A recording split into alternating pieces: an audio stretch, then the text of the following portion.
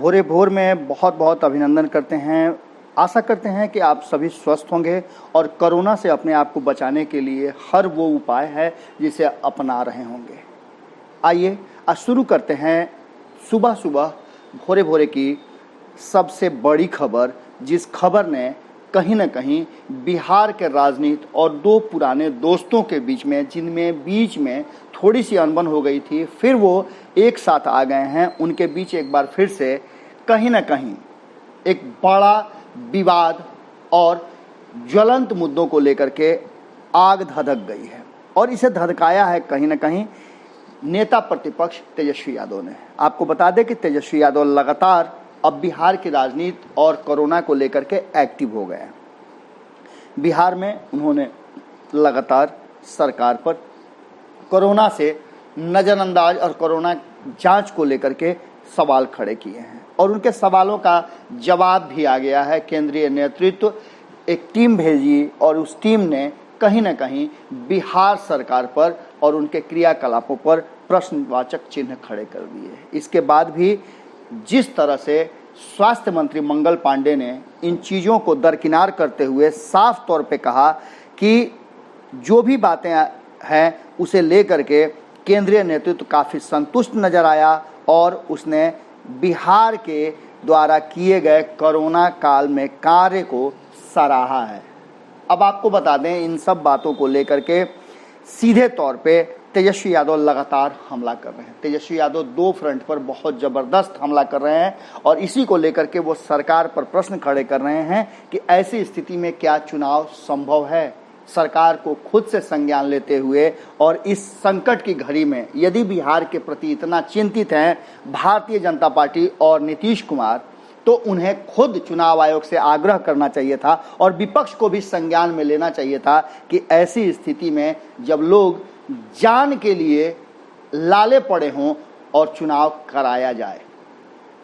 आपको बता दें कि तेजस्वी यादव लगातार हमला कर रहे हैं कि ऐसी स्थिति में चुनाव नहीं होना चाहिए, क्योंकि आम जनता के जान को जोखिम में डाल करके चुनाव नहीं कराए जा सकते हैं। इसके साथ ही उन्होंने सीधे तौर पे एक और बात कही है कि अब तो कोरोना खुद उनके घर में घुस गया है, उसके बाद भी यदि चुनाव की ललक उनकी सबसे ज़्यादा है और चुनाव छोड़कर दूसरा कुछ सोच ही नहीं रहे हैं, तो ऐसी सरकार और ऐसे नेता निश्चित रूप से बिहार के लिए उचित नहीं बल्कि कलंक है। आपको बता दें, इन सब बातों को लेकर के कहीं ना कहीं लालू प्रसाद ने भी हमले किए थे और विपक्ष के लगभग सभी दलों ने हमला किया था। आपको बता दें कि तेजस्वी यादव के पीछे पूरा महागठबंधन इस पूरे मामले पर एकजुट नजर आ रहा है। अगर कहा जाए तो विपक्ष के सभी दलों ने एक बैठक करके कॉन्स्टिट्यूशन क्लब दिल्ली में चुनाव आयोग के सामने गुहार लगाया था कि जो स्थितियां बिहार में हैं उसका बेहतर ढंग से मुआयना करके और विपक्ष को भी संज्ञान में लेते हुए विपक्ष की बातों को सुन करके और तब चुनाव के फैसले किए जाए और नीतियों का निर्धारण किया जाए। चुनाव आयोग ने इन बातों पर अमल भी किया था और ये खबर आपको बता दें कि भारत लाइव ने आप तक सबसे पहले पहुंचाया था। अब इन सब बातों को लेकर के तेजस्वी यादव ने एक बार फिर से ताज़ा जो बयान दिया है और सरकार से कहा है कि ऐसी स्थिति में क्या चुनाव संभव है या फिर कोरोना से लड़ने की जिम्मेवारी ज़्यादा महत्वपूर्ण है। भाजपा के बिहार विधान परिषद सदस्य श्री सुनील कुमार सिंह, जो कि कोरोना के कारण असामयिक इहलीला उनकी समाप्त हो गई, अब इन सब बातों को लेकर के उन्होंने शोक संवेदना तो व्यक्त की ही, वहीं उनके आत्मा की शांति के लिए प्रार्थना करते हुए परिजनों के साथ इस दुख की घड़ी में साथ खड़े होने की बात कही। इसके साथ साथ उन्होंने सरकार पर एक बड़ा प्रश्नवाचक चिन्ह खड़ा कर दिया। साफ तौर पे उन्होंने कहा कि क्या ऐसी स्थिति में भी जब दुख के पूरे बादल बिहार पर छाए हुए हैं, एक तरफ कोरोना बहुत तेजी से बढ़ रहा है, सरकार की व्यवस्था पूरी सुदृढ़ नहीं है, हम लड़ने में सक्षम नहीं हैं, उसके बावजूद बाढ़ हमें तबाह किए हुए है और ऐसी स्थिति में यदि चुनाव कराया जाता है तो हमारी जनता और लोगों पर क्या असर पड़ेगा।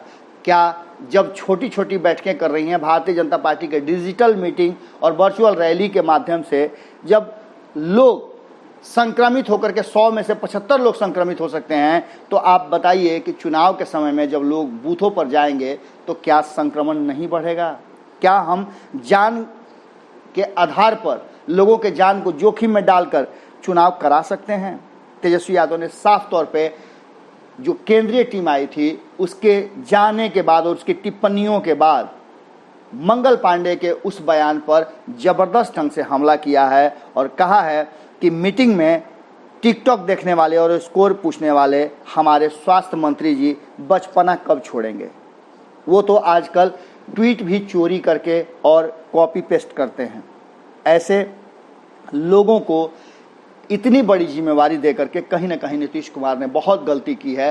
अभी भी ये नहीं चेतते हैं, चमकी बुखार हो या अन्य बीमारियां हो, अस्पतालों की स्थिति पर लगातार प्रश्न चिन्ह खड़े हो रहे हैं। उसके बावजूद भी यदि मंत्री जी को होश नहीं है और ये कह रहे हैं कि केंद्रीय टीम उनके कार्यकाल को और उनके किए गए क्रियाकलापों को सराह रही है, जबकि स्पष्ट यह है कि केंद्रीय टीम ने सीएम और खुद आपको स्वास्थ्य मंत्री जी आईना दिखाया है।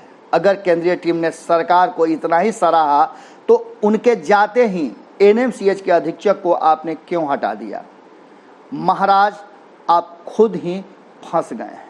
इतना ही नहीं, आपको बता दें कि लगातार तेजस्वी यादव हमलावर हैं और तस्वीरों के माध्यम से वो अलग अलग जगह की तस्वीरें दिखा रहे हैं। आपको हमने दिखाया था कि किस तरह से कोरोना का मरीज मृत्यु के बाद भी 24 घंटे तक पड़ा हुआ है, उसके अगल बगल में अन्य मरीज इंतजार कर रहे हैं। हमने आपको दिखाया था कि बांसघाट में किस तरह से कोरोना मरीजों को जलाया जा रहा है, जबकि परिजन का कहना है कि कोरोना जांच हुई ही नहीं है। महज आधे घंटे के अंदर में जांच करा करके आखिर कैसे कोरोना घोषित किया जा सकता है? अब इन सब बातों को लेकर के सरकार लगातार घिरती नजर आ रही है और कहीं ना कहीं नीतीश कुमार पर प्रश्न चिन्ह बड़े खड़े हुए हैं। इतना ही नहीं, आपको हमने ये भी दिखलाया था कि किस तरह से लोग परेशान हैं और अस्पतालों में दवाई, डॉक्टर और मरीज को ले और साफ सफाई को लेकर के परेशान हैं। गुहार लगाने के बाद भी डॉक्टर नहीं आ रहे हैं और ऐसी स्थिति में चुनाव कराना कहीं से उचित नहीं है। जहां तेजस्वी यादव ने बड़ा हमला करते हुए कहा कि जहां बिहार सरकार को केंद्र से जांच के लिए इक्विपमेंट मंगाना चाहिए था, मास्क मंगाना चाहिए थे, पीपीई किट मंगाना चाहिए था, वेंटिलेटर मंगाना चाहिए था, वहां सरकार ईवीएम मशीनें मंगा रही हैं। ये इस बात को दर्शाता है कि नीतीश कुमार किसी न किसी रूप में इस कोरोना संकट के दौरान लोगों को के जान को जोखिम में डालना चाहते हैं और इतना ही नहीं, कोई बड़ा खेल खेलना चाहते हैं।